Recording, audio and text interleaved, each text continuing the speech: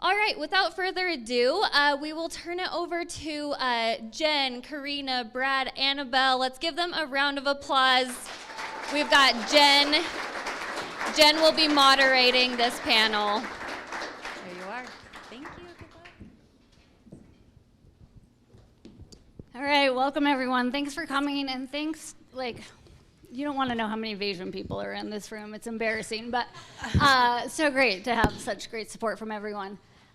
So my name is Jen Janke. I am the CMO here at Vasion, and I am almost 3 years to the date of being here. When I started, there was 4 people in marketing total across, no, Eric, only 4 people, across all the marketing teams from product marketing, marketing ops, marketing, creative content. We're over 40 now, so it's been a really lot of fun. Just building and growing that team. And these are my 3 right-hand people who help lead the marketing team. So I'm going to turn it over to them. They're going to do a quick intro of who they are, what do they do, and a little fun thing of what's your very, very first job? Okay, Brad. All right. Hey guys, I am Brad Knickerbocker. I've been at Vasion, thank you. I've been at Vasion for just a little over 2 years. And I'm the creative director. There's about 10 people on my team and work really closely with all these guys. And my first job was, I was a bagger at Smith's, bagging groceries. Pretty cool. The uniform was a tie, like a shirt and tie, an apron, and a back brace. So didn't want to hurt. That 16-year-old back was tender. I didn't want to hurt it lifting groceries. So they made me wear a back brace. So. That's rad. I'm Karina Watias. I'm the Senior Director of Marketing here at Vasion. I have content, customer marketing, web strategy, PR comms, all kinds of fun things. I usually end up sitting somewhere between product, brand, and content in an organization. My first real job was, I was 17, and I worked at the Sears Teleservice Center at East Bay in Provo. 17 and taking calls from people furious, angry, so mad that their freezers were out, their washing machines were out, their air conditioners were broken in Chicago in July. It was a baptism of fire. And they also wanted us to sell laundry detergent at the same time. So it was a very interesting job. Awesome. I'm Annabelle Wayland. I'm our Director of Demand Generation at Vasion. On my team, I've got lifecycle marketing, demand generation, integrated marketing, partner marketing, lifecycle, and all of our digital is in-house as well on my team. My very first job was washing dishes behind the bar at Red Banjo in Park City. If any of you guys have been to that pizza place, it's super duper old. I literally had 2 sinks, one just full of bleach, and the other one where I was just doing all the dishes and sitting behind and talking to people, and I just washed dishes for hours and hours and hours. And it was awesome. I loved it. And my first job, 12 years old, does anybody remember newspapers? Because I had a newspaper route was my very first job. So, okay, today when Nicole asked if I were to speak, I was like, yeah, but you know what, you really need to hear from these folks over here because they're the ones that do all the work and they're the ones that really make the marketing team hum. And I know there's a couple in the room here that I worked with before and you were all super, super great, but this team has something special about how they get along, how they break down those marketing silos, and just what they're doing. And it's a really unique experience here within the marketing team, but within the company. So that's what we're going to kind of talk about is some of those, what have we learned, what have we tried, and how do we break down those silos? Because we all feel it. It's in every single company you've ever worked at. Some are worse than others, and some are better. And we all know the impact of it. A recent study found that in North America, at minimum, we lose 7 hours a week from miscommunication, communication silos. Teams that do communicate and collaborate better are 50% more productive. They have 50% less turnover. So we all know the benefits of it, and it's a big frustration, but these 3 folks have done a really, really great job. We're going to talk about 2 different types of silos. There's silos within marketing teams, And then there's silos within the company and the different departments. We'll kind of split it in two different ways. So we're going to start with marketing teams first. We are all in marketing because we love it, because it is so diverse. You have technical skill sets, you have creative, you have writers, you have strategists, some people who know the digital side so well. You have so many different personalities to fit those skill sets. You have introverts, extroverts, you have very loud people who will share their opinion no matter if you want to hear it or not. You also have those quieter people who need time to process and think and can't, brainstorm live. So we love marketing because of that diversity. It also, adds some extra challenges of how do we all communicate and work together when you have so much diversity. So let's start with that question. So I often refer to Brad, Karina, and Annabelle or as my cab, Karina, Annabelle, Brad. So if I say, so the cab, tell me, what do you each think is probably one of the most important things you've done or tried here within the marketing team to make sure our teams all worked well together? Because Annabelle can't run her demand gen campaigns without content and creative help and design help. We're so intertwined. What have you guys done to make it such a unique experience to break down those silos within our team? To me, it goes to what is the purpose of what we're doing. And the purpose really is to drive revenue for the organization. Bottom line, that is what we do. We're not there because it's super fun to just go someplace and hang out and make cool things. That is definitely a bonus, and we all like that. But the purpose is to grow together, to scale, to drive revenue for an organization. And if we're not prepared to contribute our part and understand the part that we have to contribute, then that's an issue. And so in my case, it's incredibly important to me to have a really deep connection with a demand gen leader, with a campaign leader, to understand what their strategy is, what their goals are, and for the two of us to divide up our responsibilities. I cannot possibly do my work and Annabelle's work, and I don't want to do Annabelle's work. And I don't think she wants to do mine either. So in that way, it is about forming a connection where I am making sure that she is being set up to be as successful as possible with her integrated marketing and demand generation and everything that she has to do. Yeah, even to add to that, my team can't run campaigns without their teams. And we don't look at our teams individually. We look at all of us as one marketing team. Every single time my team wants to run campaigns, launch ads, send emails, her team is writing all of those emails. They're doing a lot of the research. They're working with product marketing. Brad's team is designing everything. They're doing the landing pages, the emails. There's no way, even if my team, we could strategize all day long. But if we don't have the partnership in their teams, our campaigns would never be successful. So we don't really look at ourselves as individual teams. We all have different responsibilities and functions, but we're all one together. Yeah, I think that's a big thing for me is I've other places I've worked, there's always the bigger separation between marketing and creative. And creative always kind of views marketing as a necessary evil. Without them, we don't have jobs, but we don't necessarily trust their decisions. And, we question a lot of what they're doing. And then it feels like there's that lack of trust on our side as well coming from them. So there's two teams that have to work together to get things done, but are not aligned and don't feel just a trust or a closeness. And I think what we've done, and I think Jen's done a great job of building this team, is just between me, Annabelle, and Karina, we're very close. We have a lot of open communication. We know what's going on with projects, campaigns, but then also just our team members too. And I don't know. I think we all equally view everyone on the team as people. There's a lot of respect, and no matter where they fit on the team, we're just a lot of respect and trust, and yeah, that's made a huge difference for me. Yeah, we have one-on-ones with Jen every week, but we also have one-on-ones with each other. So there's never any kind of surprise when we go into meetings with the extended organization, whether it be marketing or the wider company. what they also do a great job of, we kind of have a saying like, go to the source, talk to the person, not about the person. So if they come to me with a frustration, I'll always be like, have you already talked to that person? And they always have already talked to them. They come up with a plan. It's very much, you don't go around the situation, you go right to it, and we're gonna solve it together.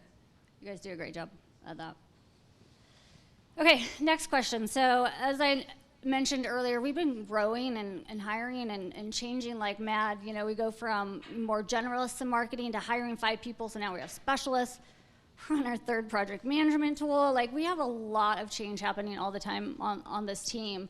And almost a year ago, we're like gearing up for another big round of hires, and we were having the discussion of, hey, we have a really great team culture where we communicate and we get along really well. How do we make sure we maintain that or even grow that and make it even better? And when you're hiring, you always think about, okay, do they have the right skill sets? Yes, no, that's an easier one, but are they the right culture fit? How do you know that? So as a marketing leadership team, we came up with what we call our manifesto, our marketing manifesto, and this is our guiding principle of like how we hire. So I'm going to read the marketing manifesto, and then the 3 of them were very adamant about certain parts getting in there, and I'll let you guys each talk about like what did you want to make sure you got in there. So we are a profoundly analytical marketing org, obsessed with customer brand and revenue. We are innovative storytellers, strategic partners, passionate about excellence, champions of each other and our work. We believe in conversations that advance us, bring intelligence, assume goodwill, and employ radical candor. And as Brad added on at the very end, and we're really fun. So, so we'll start with you, Annabelle. What was one thing that stuck out to you when we were creating this manifesto and the types of people we were looking for? Yeah, I mean, surprise, surprise, on Demand Gen, I was the revenue person. That's important to me, but I think it was the champions of each other. And that's really where it comes to fruition with how we work with each other, but we are the example for our team. So when we work well together, when we see that we have that radical candor, we do bring intelligence to the room. Like Brad had mentioned, it's not my team versus his. We all have different skill sets, and being able to bring that into the conversations was really important. So the champions of other people, of course, my team, all we talk about is data. What's working in our campaigns? What's not working in our campaigns? How do we do this? How do we analyze things? But even more importantly, it's how do we communicate that with other teams where it doesn't feel like it's an attack against the design. It's not an attack against the content. It's, we all thought that this was going to perform well, but how do we look at it now with different data, different information? How do we work together now to optimize this and bringing their teams or them into that conversation to where it's not just my team driving all of this and that collaboration's gone. Yeah, and for my piece, there's that section on excellence, which is something I have a lot of passion around. I just believe in a standard of excellence in the production quality that happens inside my organization. When you work at a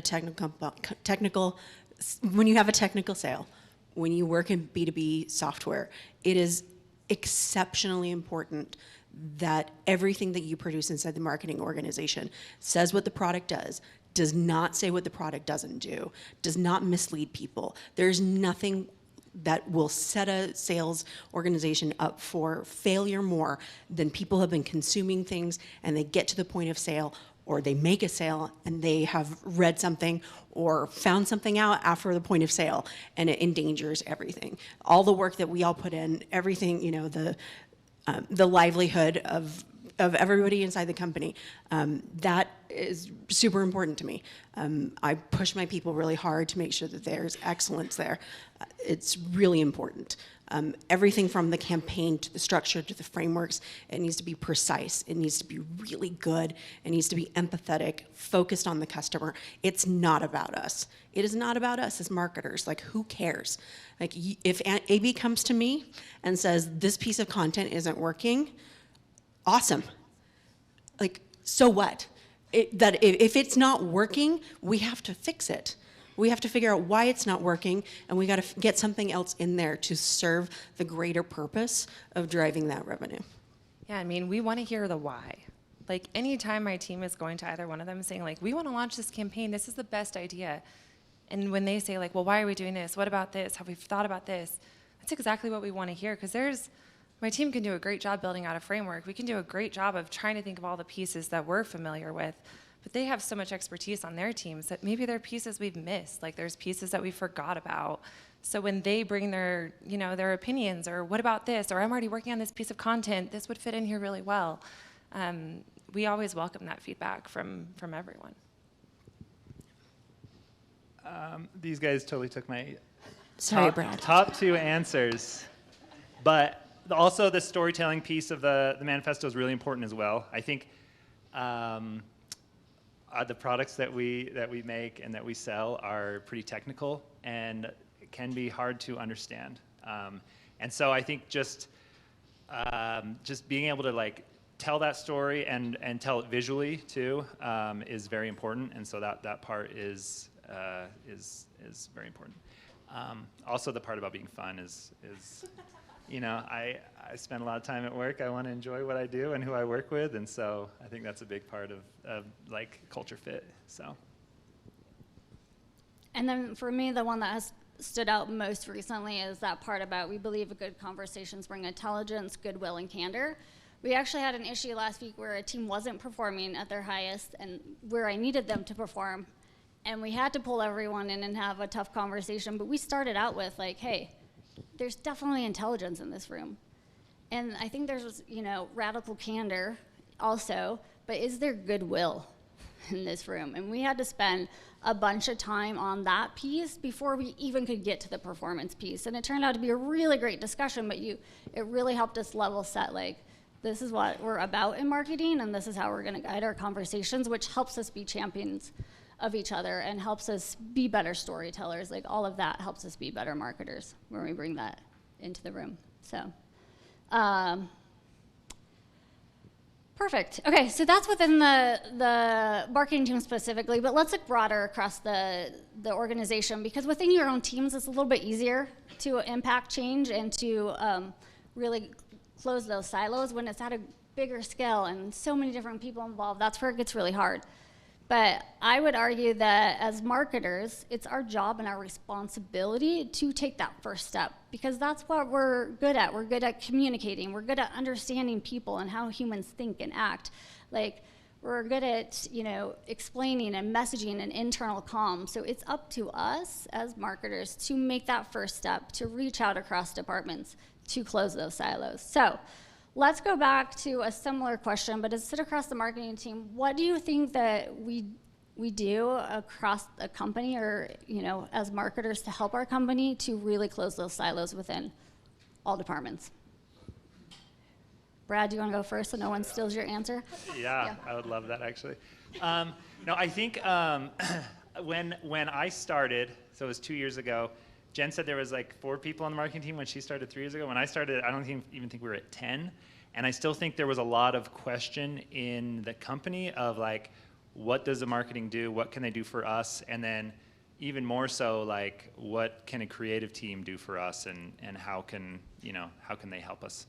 And so, like breaking down some of that was like, for me, it was like a lot of like learning and understanding other departments and what they do. And then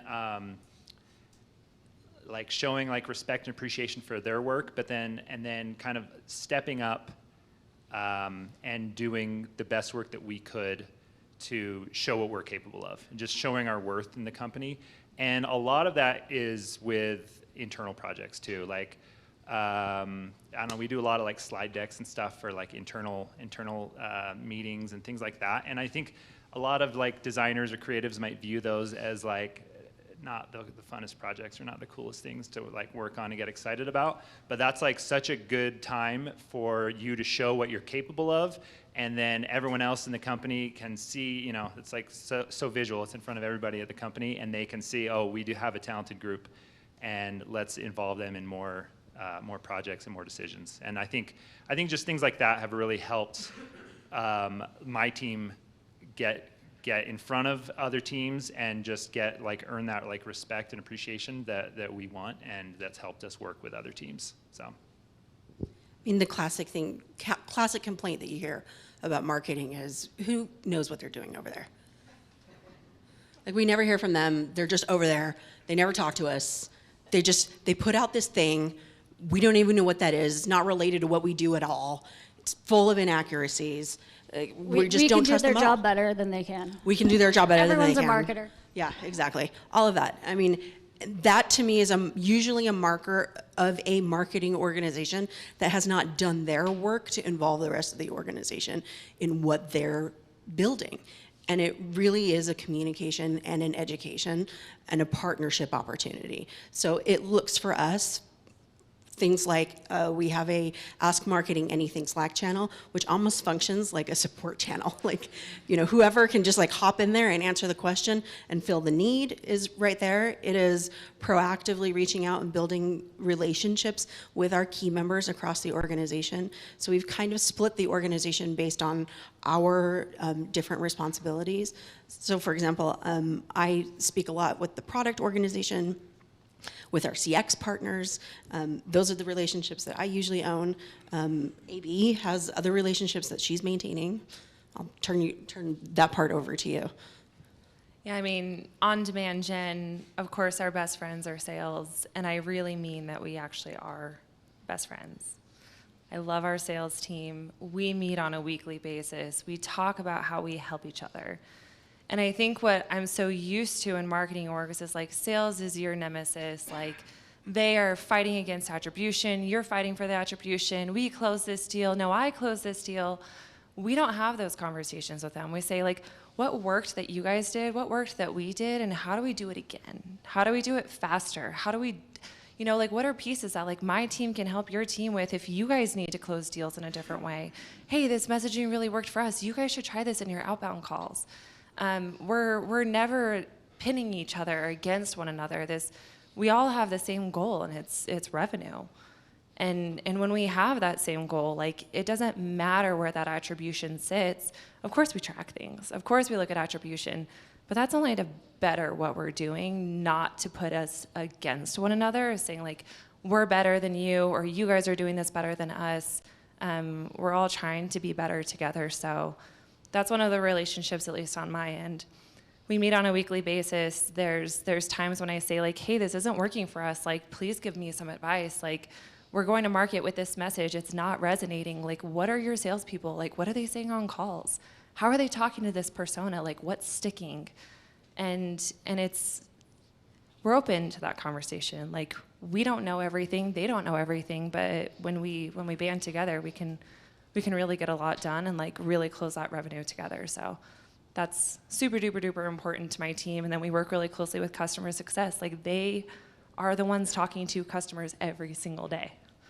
And if we as marketers are not hearing what customers are saying, are not hearing their use cases, their pain points, like how our product is actually solving their problems, we're missing out on some massive opportunities on the marketing side.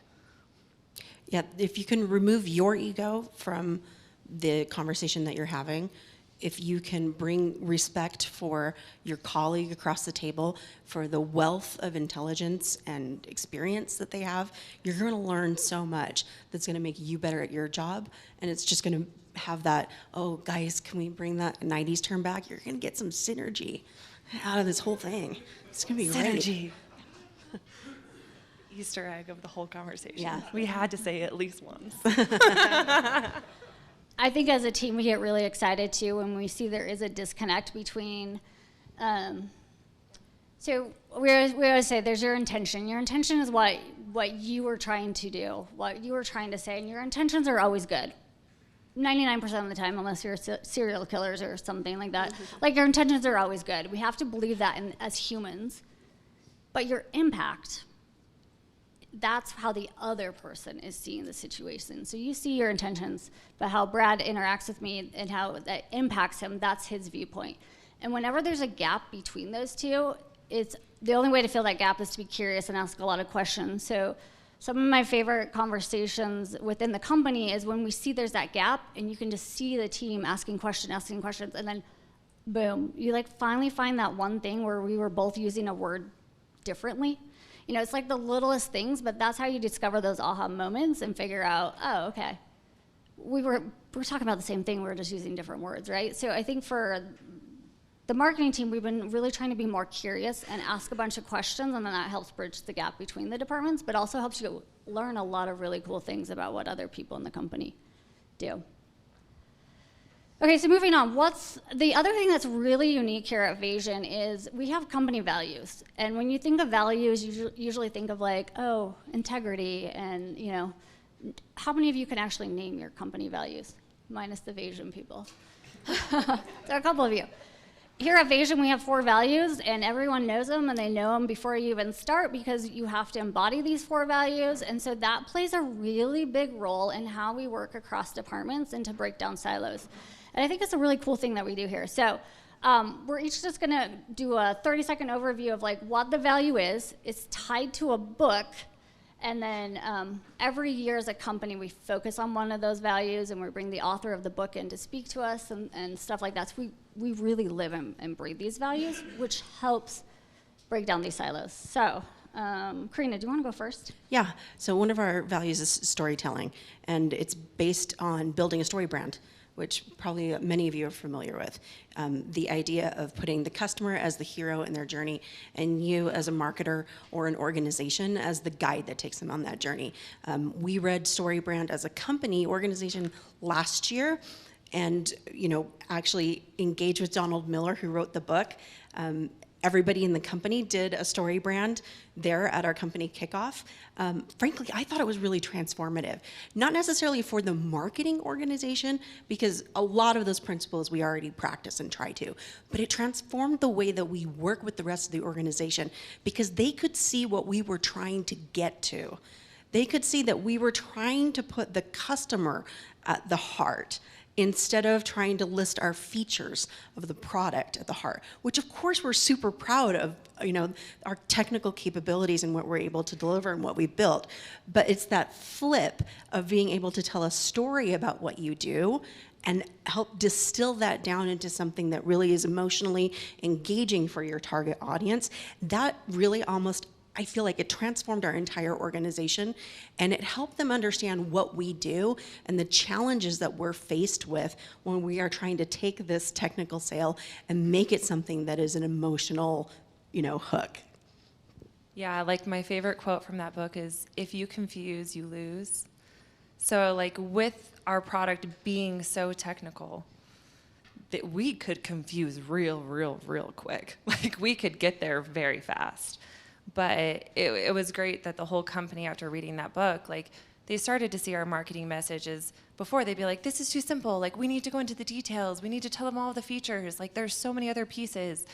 And then I think after reading that, like everyone started saying like, oh, I get why that's your headline now. I get why you're using that slogan. Like I get why this is that way. So it just helped create a lot of understanding around the whole company of marketing and why we do things in a certain way. We removed friction, removed time. Like it was I think a game changer for our ability to scale for sure, and decreasing the amount of everything that was happening across the organization. Our reviews and our approvals took significantly shorter, and also we got a lot, because everybody thinks they can do marketers' jobs, right?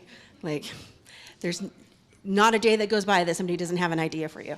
And this was such a great way for people to be like, oh, wait a second, that's not going to be helpful because it doesn't line up to what we're trying to, yes, correct, thank you. But we'll put it in the pile of ideas, thank you. So it was, I think, a really great experience.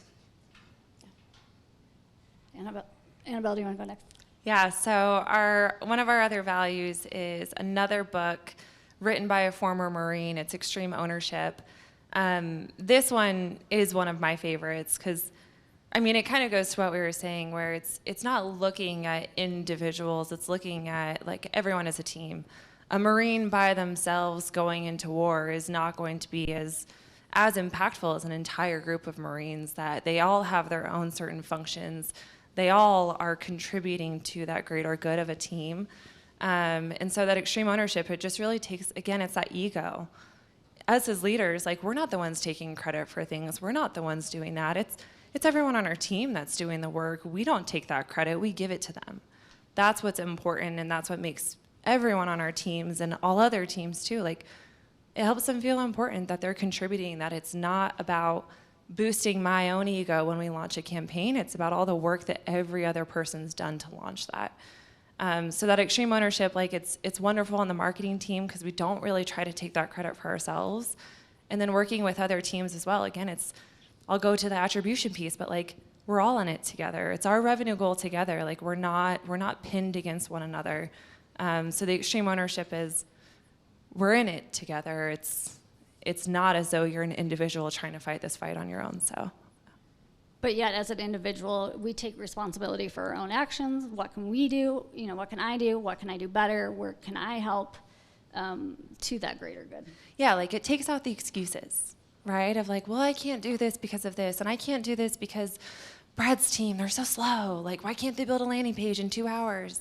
Like, it takes out all of that silliness of Brad's team, like, they're knocking it out. They've got other priorities. They've got these things.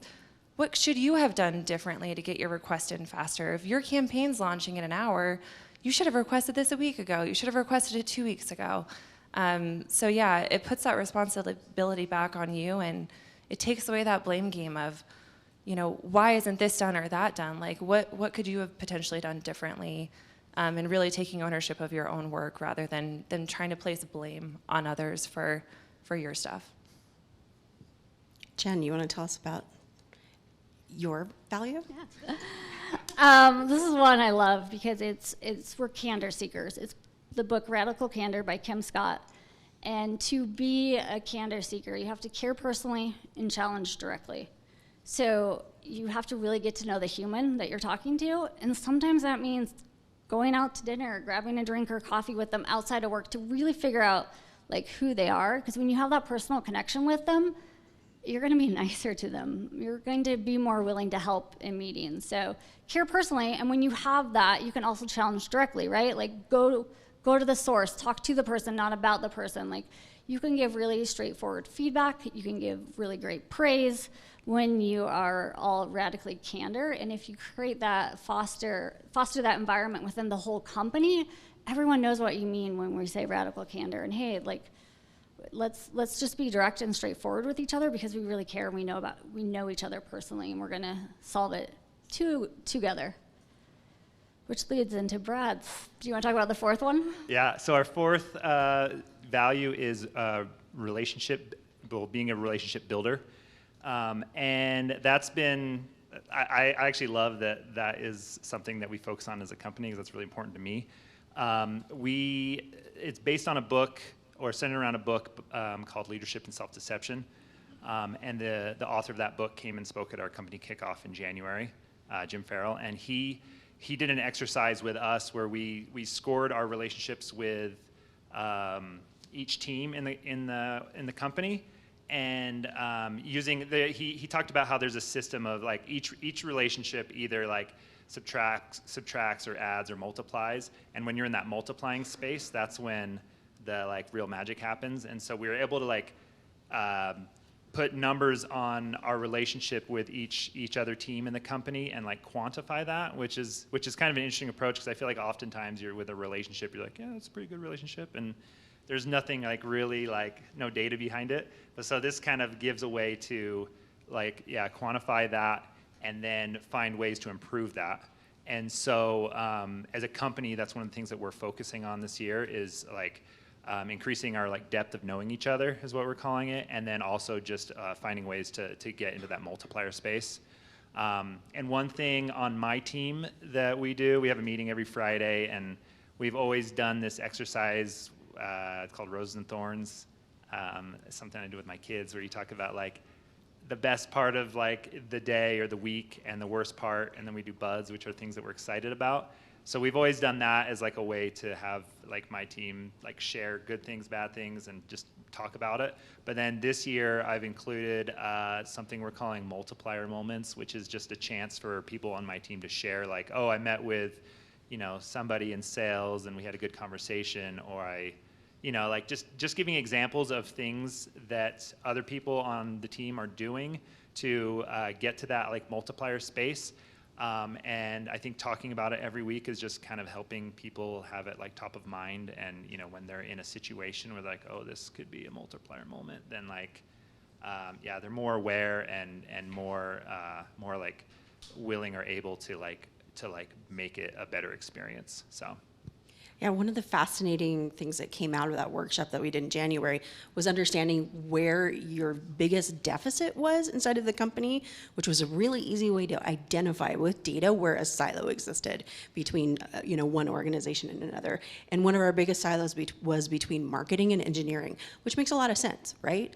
We don't have a ton of cause to speak directly with an engineering org. Do we speak with product marketing? Of course. Are we talking to product managers? Of course. Are we directly speaking to our directors of engineering and our devs? Not very often. So we intentionally got together with our engineering counterparts to spend more time with them at CKO.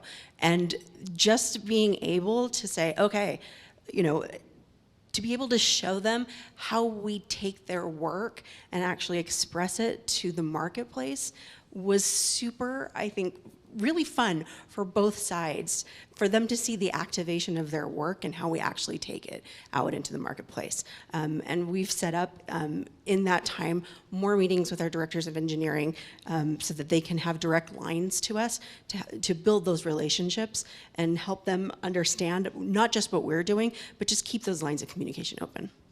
Yeah, like one of my favorite Slack channels is now with our director of engineering. He just shares hiking pictures with me all the time, which is wonderful because I love to hike. So we're just like back and forth. And we have one of our director of RevOps, she's in there too. So she's in Montana, like also sharing pictures. And it's just moments like you don't have to have even just a direct line of sight into those other departments, or I have to work with them all the time. But having that relationship is really important. Another cool thing we did at CKO for that exercise, we got in like these two massive circles. Do you guys remember that? And like they basically had us go in opposite directions, so you were almost like in a circle close, like next to all the people you talk to the most. So like we're probably all on a line together. And then they did an inner circle of all the people that were like on the complete opposite side of the room.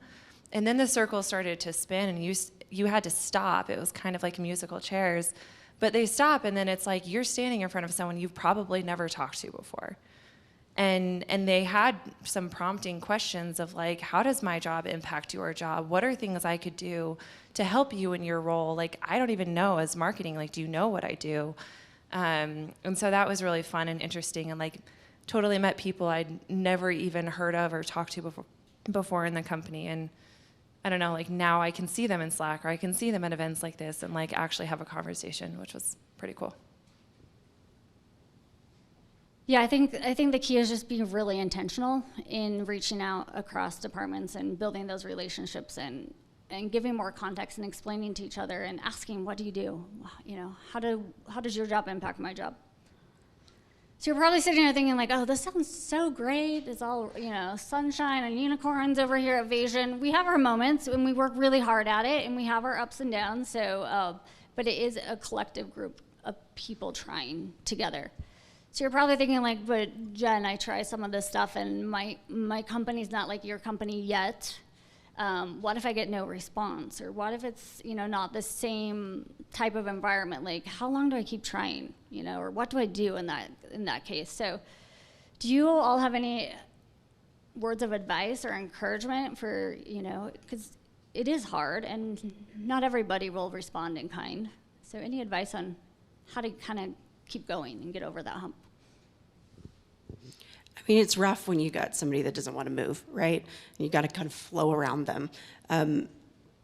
I feel really strongly that inside a marketing organization, there is no excuse for a silo. Like, that is a leadership issue inside of a marketing organization. If there is a silo there, it is your CMO's problem and your MLT's problem, and it has got to get solved, period. And if you are a leader in a marketing organization, make as much noise as you feel comfortable making and keep making that noise. It's your responsibility as a leader to help model that for your people and try and root that out of an organization. But the reality is at some point you may come up against an immovable object inside your organization, and you have to decide like how much force you're willing to exert in order to try and break that dam at that point. And if your CMO is not willing to do that work, you've got to decide at that point whether or not that's an organization that you still want to be at. That's harsh words, Brad. Yeah, it is. Ouch. Yeah, I mean, I was gonna say, I think just like keep trying and just keep doing your best work, and I think that goes a long way in just so much about what I think works is like back to just that like trust and respect, like it's like a two-way street, and I think all you can do is just try your best and give that respect and display that trust, and I think eventually, like it's been a long road. I think at Vasion, like I don't want to like make it sound like it was this like unbearable place when I started, but I feel like as like a company, we've come a long way in the last 2 years, and it's just been like baby steps, and so yeah, I think celebrating the wins is always important, and yeah, just keep trying, don't give up, it's important. So Yeah, I think like the patience piece is important.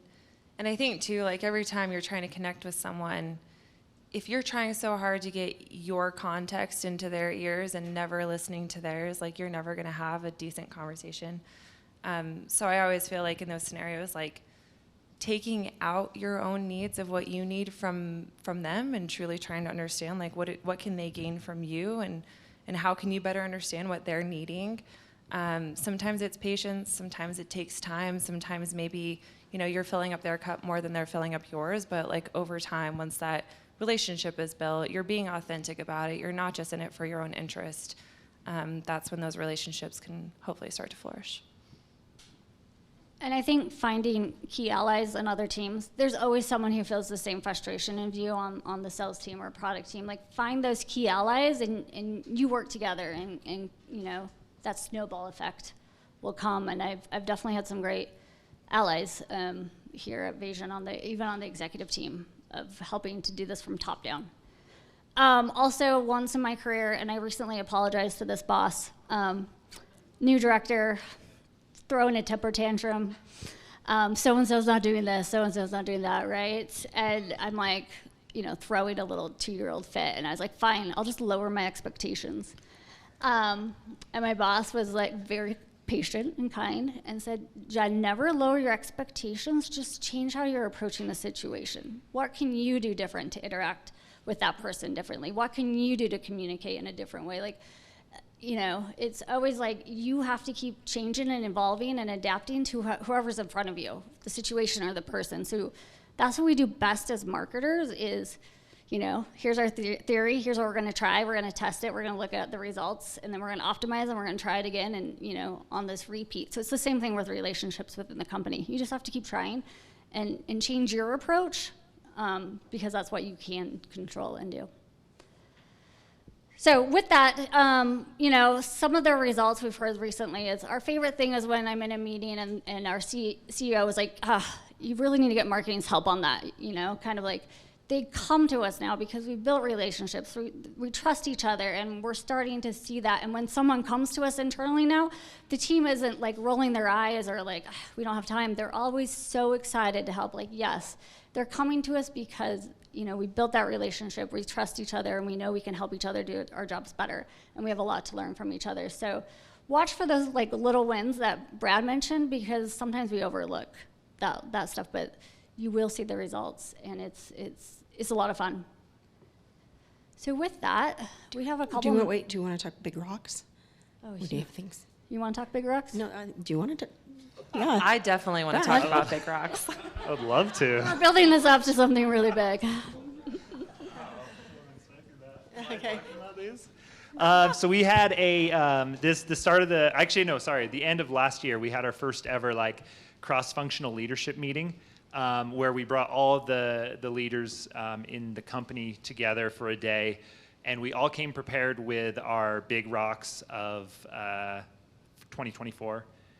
Big rocks. I don't know if there's any Stephen Covey fans in the audience, but that's a concept where you have a jar and you have sand and rocks. If you put the sand in first, the rocks aren't going to fit.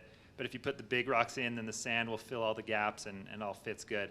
And so we wanted to get together as a group and just share our big rocks, our most important things that we wanted to accomplish for 2024. and it was a really cool day. Like it was like there was definitely people in that group that I had never spoken with before, and so it was a great chance to be in a room with them. And we shared our rocks for the year. We did some other exercises. We split into groups, and so it was just a great chance for us to get together and really synergize as a company. And yeah, it was a really cool experience. And I'll add too, one of the coolest parts about it was we all did our rocks individually. So we all had our own slides. Jen's like, "Hey, make sure these are done before we go in." But then as everyone started presenting theirs, from engineering to product to every other department, we started seeing so much overlap of all of ours where we even had to list out what are the cross-functional dependencies that we have to complete this. You could see how many times marketing was on there. You could see how many times like we had put product or we had put RevOps and all these other teams that have to help us accomplish this. So seeing that overlap, there were just so many times when like we would go into a break and be like, "Hey, you put that on your rock. I put that on mine. Like, let's get together. When do you want to talk? Like, let's do this." And without that visibility or just talking about it, we could have just started working on these things by ourselves, and then 3 months into it, a quarter into it, whatever it was, been like, "Shoot, you guys are doing the same thing. Like, we've just duplicated work, we've wasted time." And instead, it just immediately brought in like a ton of visibility and partnership like right away. Yeah, and those big rocks, when we refine them, helped turn into the OKRs for the organization for this year. So it ended up being incredibly beneficial and helping to break down those silos and helping to make sure that we're prepared to help support our partners across the organization to meet those goals. Perfect. Now can we move? to- Yeah, go. Okay. Yeah, carry on. Any questions for the group? Nicole has a microphone. You can ask us any and everything. Oh, I got one over here. Sounds like some, can you hear me? Sounds like some awesome changes have happened culturally. And it sounds like you all have been big parts of that. Has that also come from like your HR or from other leadership or from like people success teams? Who's really been driving that in addition to your team? Yeah, I'd have to say it's every team. So, Jed Beck, do you want to raise your hand? Jed is our CRO, and in my interview process, like he and I clicked, and we had this agreement, like, hey, we have to get along, like we have to be BFFs because that will drive our teams to get along. And then Melissa's over there, our chief people officer. She's the same way. Like every interview that we're in at the executive level, we're very intentional about making sure we all get along so that we all can drive it across all the departments. Because, like I said, marketing should take that first step because that's kind of our job, but like it doesn't work unless everyone's in it. I have a question for you, Jen. Who's your favorite sales professional? Jed Beck. Perfect. Great answer. We got a question over here. Hold it kind of close. Hi, I'm Nicole. My twin is over there. I have to say I'm very inspired by the collaboration. I met Annabelle, I met Brad, and I told them I work in advertising and marketing, mainly previously in advertising agencies. And to your point, Brad, it was so divisive because you work with the creatives and you're like, how the bloody hell are we going to afford this? What were they thinking? Do you know what I mean? And the creatives would be over there, the producers would be on a different floor, and so there wasn't that communication. So I'm pleased, really pleased to hear it. I guess the question for you, Jen, is it a double N or just an N? But Just an N. just an N, not just, but I guess my question to you is, I mean, you're growing so steadily. How do you promote from within? And how do you target that person? What, you know, how do you choose that person? Yeah, I'll actually defer to these three because I hired these three, but now they're the ones that are doing more of the hiring and the promotions and, you know, the restructuring. So what would you all answer? Do we promote within, and how do we do that in the career path? I mean, we've been a small enough organization that there isn't a ton of depth for promotion per se. However, over the next couple of years, depending on our growth plans, there is going to be a significant amount of opportunity there for us to be able to promote from within. And we have heard from our people that there is a desire there for career development, for growth, for promotion, that they want to stay, that they want to learn, grow, and develop. And we are putting a lot of resources into training and polishing our people. One of the unique things I think about the team is that many of them are junior in their careers and they have so much potential. And I view it as an honor to be able to help mentor, guide, and provide those sorts of opportunities for development.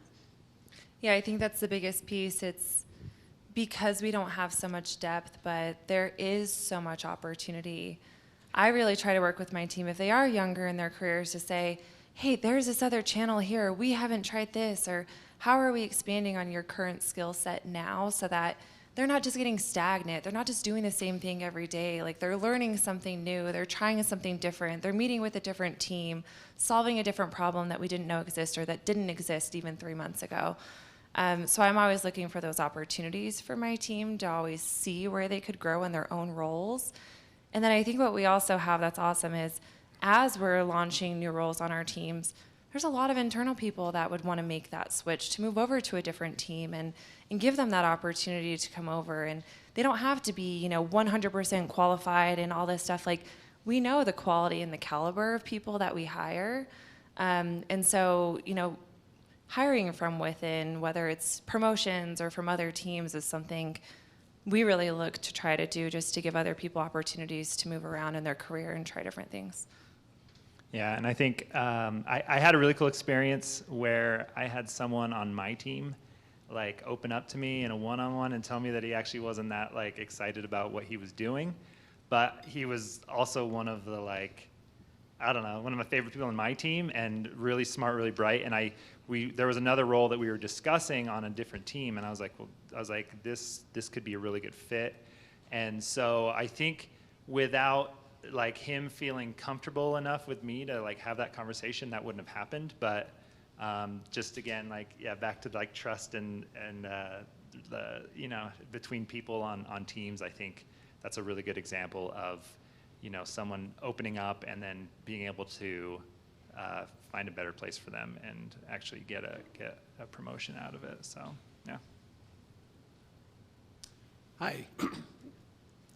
Knowing that culture and internal collaboration is obviously hugely important to you. It seems like you have a great culture. When you're vetting strategic partnerships with, whether it's one of the silos or paid media, or there's so many different examples we could use, right? How is your process of collaboration and everything that you're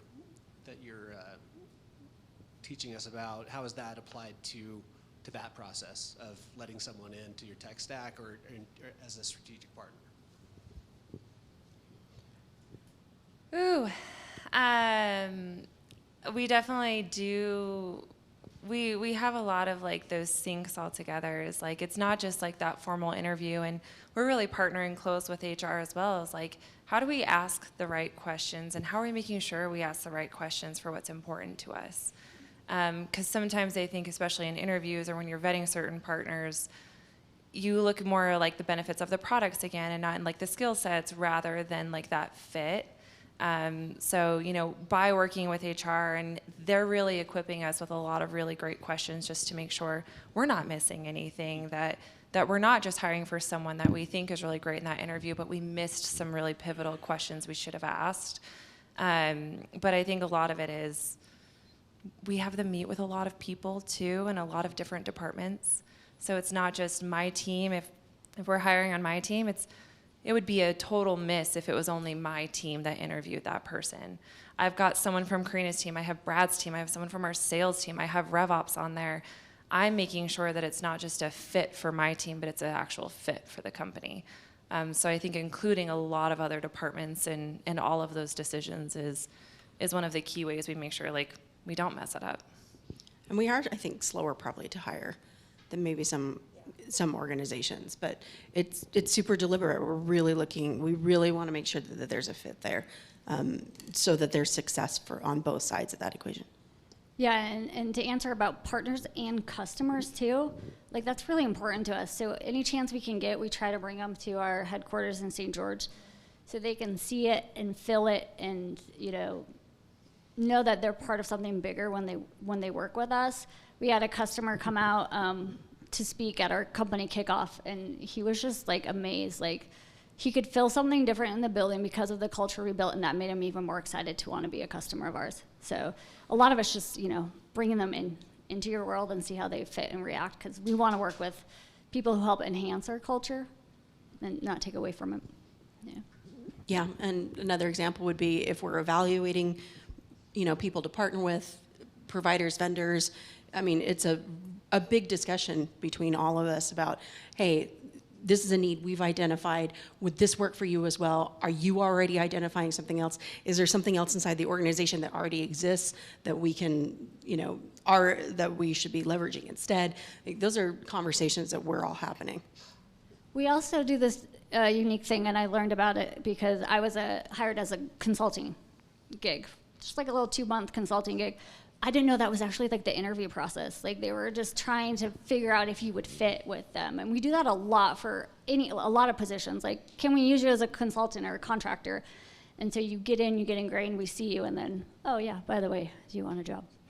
Yeah. So speaking of jobs, because we have a couple minutes left, we are hiring if you want to join. Come talk to him. Brad's hiring a junior UI designer and we need a killer project manager. We just launched Workfront last week, so we really need that project manager. Karina's hiring a PR, AR, comms role, and a social media producer. And Annabelle's hiring senior demand gen manager, an integrated marketer, And partner marketing manager. and partner marketing. So definitely come and chat with any of them afterwards if you're interested or you know anyone. So We'll do one last question. Hey, so thanks for coming today. And I'm curious, I'm interested in diving a little more into audiences, because you didn't really talk about that today. If I'm reading your website correctly, you're mostly marketing to, selling to partners, MSPs and channel partners and sales partners. Is that accurate, or are you actually more going to end customers, or is it collaborative? And talk about that. Plus, MSPs have changed dramatically over the last decade. How have you seen that transition? How are you dealing with that? yeah, those are great questions, and I would love to answer them. I know we're at time, and Jed Beck is over our MSP program, so let's connect right after this, and we can dive in with you one-on-one, for sure. So great. Let's give them all a round of applause. You guys can hang tight. I would love if there is a brave volunteer to share maybe even just like one takeaway that you are going to take back either to your own team. What is a learning that you had that you're going to take with you? Gabby? Okay. Hi, big fan. One thing that you guys said today that I really loved was that you guys have this manifesto. So like you guys can come back to an agreed upon set of rules that you guys work off of. And it just creates a space for you guys to all have synergy. It's been great because we posted in our job descriptions too, so I love it when candidates said, I applied because of that manifesto. Like, that's the part of company I want to be in. Awesome. Cool. I love that. Let's give them another round of applause. Thank you all so much for coming. I do have a couple pieces of swag. This one I'm going to give to you, Nicole, for your question, because Brooke, she already had one for asking the first question. But I'm curious, for those of you who have attended more than one of our events, whether you came to the Silicon Slopes Summit, you've come to these events, I want to shout it out. How many? Maybe 3 events. I know some of you are people who have come here a couple of times. 2? Got 2. Anyone above 2? 2? You're 5? Okay. I want you to pick one of these. There's a laptop case, and then this other one turns into a backpack. So cool. Okay. Anyone else at matching? Was it 5? Anything? Just marketing or all stuff? We can open it up to all chapter events. Okay, we got someone else. Raised his hand. Get this laptop bag by Rocket Lane, one of our partners. Okay, cool. Well, thank you all so much for coming. Amy, if you would click to the next slide for me, please. So many helpful people here. Okay, so this next event is AI automation workshop with enhanced AI. You can scan this code if you'd like to join. There is an option where you can stream virtually as well if you're not able to come in person, but we love your support. If you enjoyed this event, please share about it on LinkedIn. Connect with these amazing panelists. They want to help. They want to help grow the community. They want to help support you individuals. So please don't let this be the only time that you're connecting with them. So we'll leave it at that, and feel free to come up and chat with the panelists and have a little mingling. Plenty of desserts still available, so have at it, and have a great day. Thank you all.